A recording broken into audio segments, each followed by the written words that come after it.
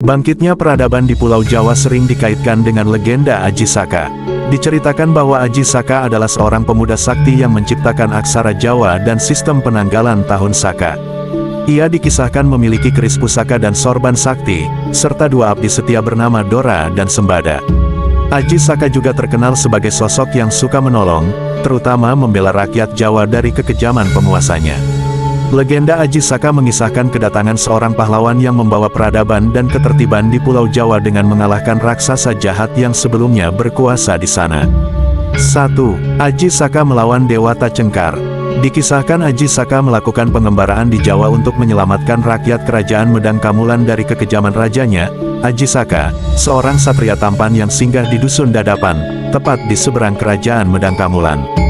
Medang Kamulan diperintah oleh Prabu Dewata Cengkar yang mempunyai kegemaran memangsa perjaka muda dan sehat untuk dimakan. Aji Saka bertemu oleh seorang pemuda yang mencoba kabur dari kejaran para prajurit kerajaan. Setelah mendengar kebenaran mengenai sikap Prabu Dewata Cengkar yang merugikan rakyatnya, Aji Saka mencoba menemui Prabu Dewata Cengkar yang gemar memakan daging manusia itu. Sebelum pergi ke Medang Kamulan, Aji Saka meninggalkan keris pusakanya di Gunung Kendeng dan meminta Sembada untuk menjaganya. Ia juga berpesan bahwa tidak ada seorang pun yang boleh mengambil pusaka itu kecuali dirinya sendiri. Setelah itu, Aji Saka membawa Dora untuk menemui Dewata Cengkar dan mengaku bahwa dirinya mau dijadikan santapan. Akan tetapi, Aji Saka mengajukan satu syarat, yakni meminta sebidang tanah yang sepanjang sorbannya. Namun, ketika Dewata Cengkar mulai mengukur tanah, sorban itu memanjang terus-menerus hingga mencapai pinggir laut selatan. Dengan kecerdasannya, Aji Saka pun mampu menenggelamkan Dewata Cengkar ke laut selatan.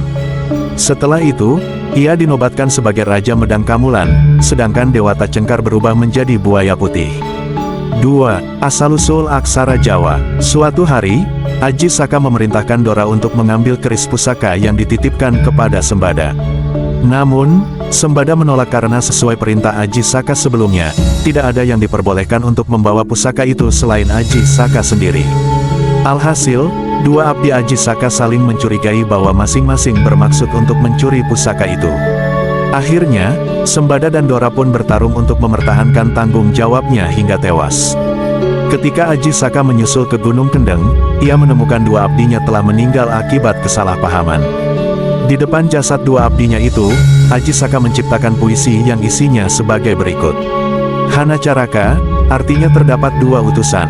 Data Sawala, artinya mereka berbeda pendapat pada jayanya, artinya mereka berdua sama kuatnya. Magabatanga, artinya inilah mayat mereka. Puisi yang diciptakan untuk mengenang dua abdi Aji Saka ini kemudian dikenal sebagai Hana Caraka atau aksara Jawa. Legenda menyebut bahwa Aji Saka berasal dari negeri antah berantah bernama Bumi Majeti. Akan tetapi, ada pula yang menafsirkan bahwa Aji Saka adalah keturunan suku Saka dari India. Membawa peradaban ke Jawa, bahwa legenda Aji Saka memiliki hubungan dengan penggunaan kalender Saka. Di Jawa, Aji Saka menyebarkan perhitungan tarikh yang dinamakan Tahun Saka, dimulai sejak kedatangannya, yaitu tahun 1 Saka 78 Masehi. Selain memperkenalkan Tahun Saka, Aji Saka juga menyebarkan pengetahuan membaca dan menulis sebagai dasar pengembangan kebudayaan. Kabar itu memberi petunjuk bahwa penggunaan abjad di Jawa sudah dimulai sejak 78 Masehi, meskipun belum ditemukan bukti tertulis yang mendukungnya.